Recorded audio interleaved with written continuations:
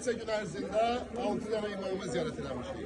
İmam Hüseyin əleyhissalam, İmam Musa Kazım əleyhissalam, İmam Rıza əleyhissalam, İmam Zavad əleyhissalam, İmam Əli Yennəqə əleyhissalam, İmam Həsən Əskər əleyhissalam və İmam Zaman Ağa'nın qeyb məqamını ziyarət eləmişik. Yəni 7 dənə imamı ziyarət eləmişik. Bir dənə də imamı ziyarət eləyəcəyik inşallah sabahları səhər-səhəri. Rəcəbdə Həzrət Əli əleyhissalamı ziyarət edəcəyik inşallah. Allah'ın izniyle iradəsiyle. Və bu 7-8 dənə imamın kağıdını saydım. Bunlardan başqa 4 imam qalır. İnşallah hər birimizə nəsib eləsin. Mədinədə Bəqi qəbristanlığına zəvvar olasınız. 4 dənə imamı Bəqi qəbristanlığında ziyarət edəsiniz inşallah. Bəqi qəbristanlığında olan imamların adları İmam Həsən əleyhissalam, 2-ci imam.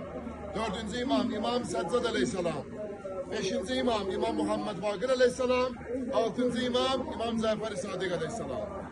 Kərbəla hadisəsi baş verib tamam olandan sonra İmam Cəfər Sadiq əleyhissalamın dövründə İmam Cəfər Sadiq əleyhissalam gələrdi. Bu yerdə bir müddət yaşayardı. Və bu yerdən gedərdi İmam əleyhissalamı ziyarət eləyərdi. Ona görə bu yerin adı İmam Cəfər Sadiq əleyhissalam məqamı adlanır. Həmçinin də bu yerə İmam Cəfər Sadiq əleyhissalamın bağı və yaxud da evi deyərlər. Ki inşallah daxil olub ziyarət edəcəksiniz. 2 rükət İmam Cəfər Sadiq əleyhissalama ziyarət namazı qılacaqsınız. İnşallah bir neçə dəqiqədən sonra azan veriləcək.